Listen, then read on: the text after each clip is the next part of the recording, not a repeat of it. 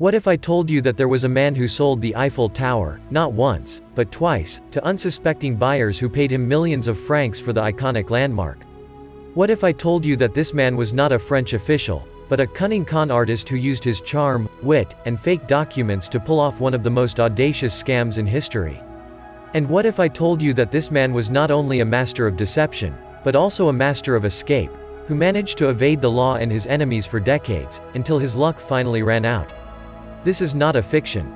This is the true story of Victor Lustig, the man who sold the Eiffel Tower twice. Welcome to Clever Crooks, the channel where we explore the stories of the most brilliant and notorious criminals in the world. In today's episode, we are going to tell you the incredible story of Victor Lustig, the mastermind behind one of the biggest and boldest cons ever perpetrated. We will reveal how he came up with the idea of selling the Eiffel Tower, how he executed his plan with flawless precision, and how he repeated his stunt with even more daring and success. We will also reveal how he lived a life of crime and adventure, using his skills and tricks to swindle people out of money and property all over the world.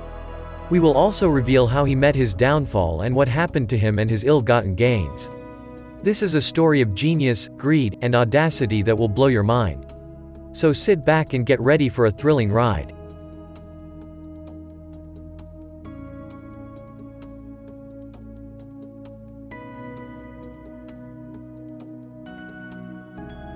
Victor Lustig was born in 1890 in Bohemia, which was then part of Austria-Hungary and is now part of the Czech Republic.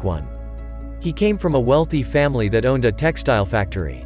He was a bright and charming boy who excelled in school and learned several languages. He also developed a passion for gambling and magic tricks, which he used to impress his friends and win money from strangers. He attended the University of Paris, where he studied engineering and law. He also joined various clubs and societies, where he met influential people and learned the ropes of high society. He also frequented casinos and racetracks, where he honed his skills in card games and betting.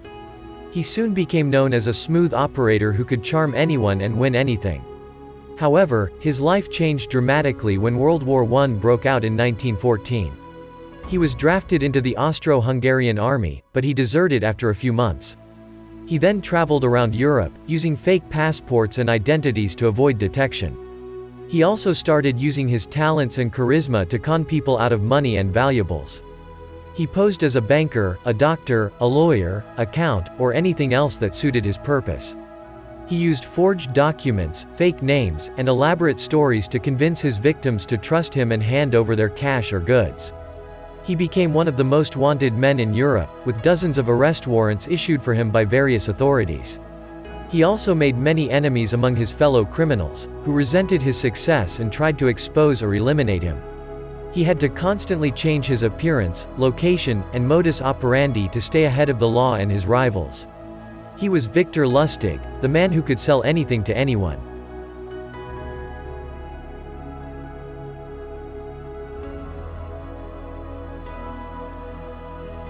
Victor Lustig's career as a con artist reached new heights in 1925, when he came up with his most daring and ingenious scheme ever, selling the Eiffel Tower. The idea came to him when he read an article in a Paris newspaper about the decaying condition of the Eiffel Tower II. The article mentioned that the tower was built as a temporary structure for the 1889 World's Fair, and that it was costly to maintain and repair. It also mentioned that some people suggested that it might be cheaper to tear it down than to fix it. Lustig saw an opportunity to make a fortune by exploiting this situation. He decided to pose as a government official who was in charge of selling the tower's scrap metal to the highest bidder. He knew that there was a huge demand for metal in the post-war era, and that there were many scrap dealers who would be interested in such a deal. He also knew that the French government was notorious for its corruption and bureaucracy, and that many people would believe that such a sale was possible and plausible.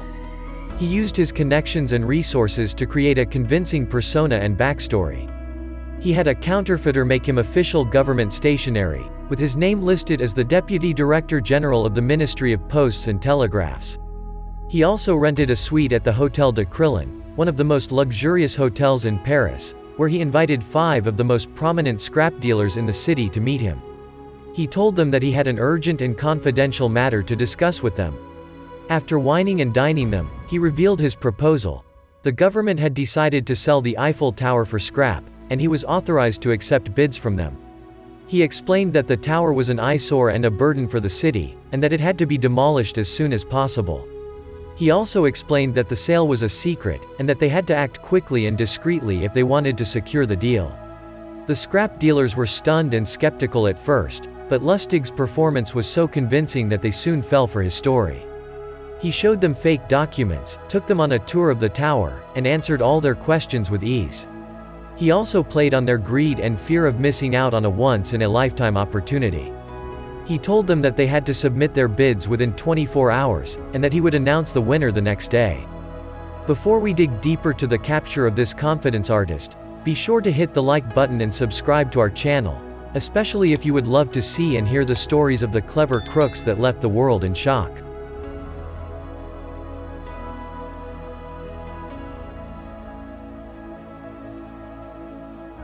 The next day, Lustig met with the scrap dealers again and announced the winner, André Poisson, who had offered the highest bid of 5.5 million francs. Poisson was overjoyed and eager to finalize the deal. Lustig told him that there was one more thing he had to do: pay him a bribe of 250,000 francs. Lustig explained that he was a corrupt official who was risking his career and reputation by selling the tower. He said that he needed the bribe to secure his future and to ensure that the deal would go smoothly. He also said that if Poisson refused to pay, he would cancel the deal and sell the tower to someone else.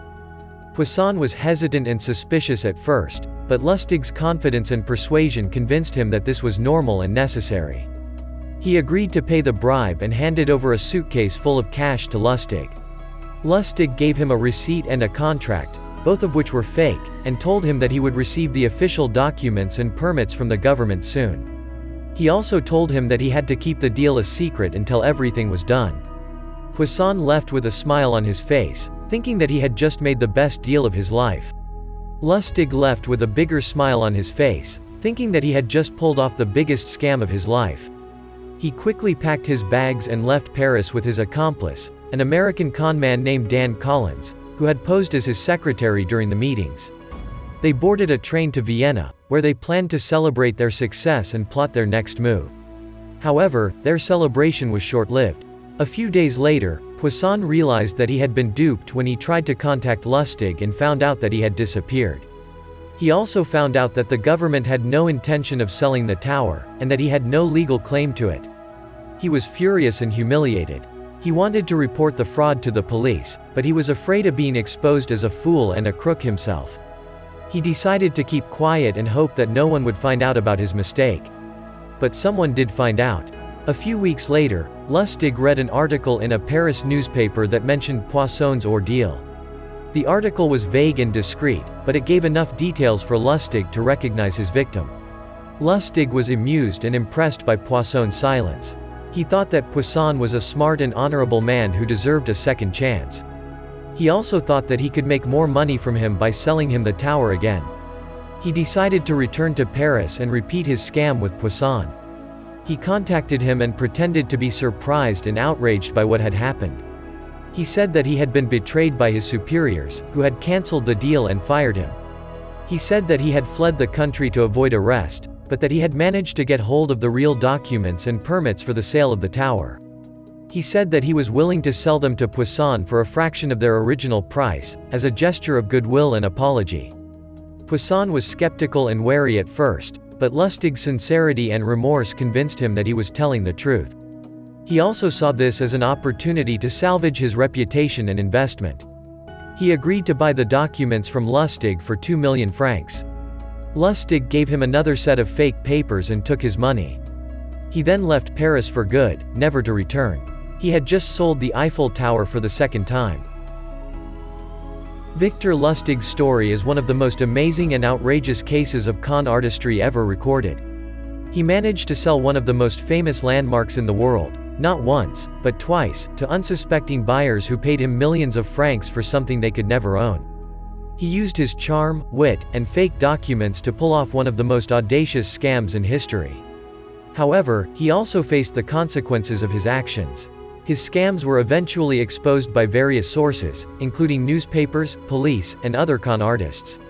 His transactions were traced and tracked by authorities from different countries, including France, Austria, Switzerland, and the US. His assets were frozen and seized by courts and agencies. His associates were arrested and charged with various offenses. His reputation was tarnished and destroyed by media and public opinion. He himself became a wanted man by multiple governments and organizations. He faced criminal charges in several jurisdictions for fraud, forgery, counterfeiting, and other crimes. He faced civil lawsuits from various parties for damages and restitution. He faced extradition requests from different countries for trial and sentencing. He tried to escape justice by fleeing from one country to another, using fake passports and identities. He tried to evade capture by hiding in remote locations or seeking protection from friendly regimes. He tried to defend himself by hiring lawyers and publicists to fight his cases or spin his stories. He tried to justify himself by denying any wrongdoing or claiming any innocence. But none of his efforts worked. He was cornered and isolated by the international community. He was hunted and pursued by the law enforcement agencies. He was exposed and condemned by the public opinion. He was Victor Lustig, the man who sold the Eiffel Tower not once, but twice. This is the end of our story about Victor Lustig, the man who sold the Eiffel Tower twice. We hope you enjoyed it and learned something new. If you did, please give this video a thumbs up and share it with your friends. And don't forget to subscribe to our channel and hit the bell icon to get notified when we upload new videos. We have more amazing stories of clever crooks coming up, so always stay up to date. Also comment your thoughts if you know a story that fits the clever crook profile. We would love for you to definitely share it with us. Until next time, this is Clever Crooks, signing off.